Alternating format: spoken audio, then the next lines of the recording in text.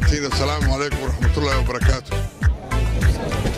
waxaan aad iyo aad maaragtay ugu faraxsanahay gabdhaha calanka wada huwan oo halka jooga yaryarka ilaahay khayr siiyo ciddii damacda inay ku cayaarto dadka saas u diyaarka ah ilaahay baa ka jaasaynaya.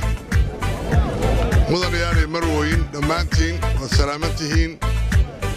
annagu waxaan ka nimid shirkii Garoowe oo muddo 5 beri aan soo joognay.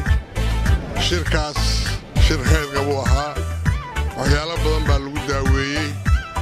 annaguna kolley qolyahayagii maamulada oo xoogaa dowladda xilibku ka dhaxaysana waxaan maaragtay kolley iclaaminay xabad joojino waa hawshaa xabaddii waa la joojiyey, wixii kalena hoos baa looga hadli doonaa.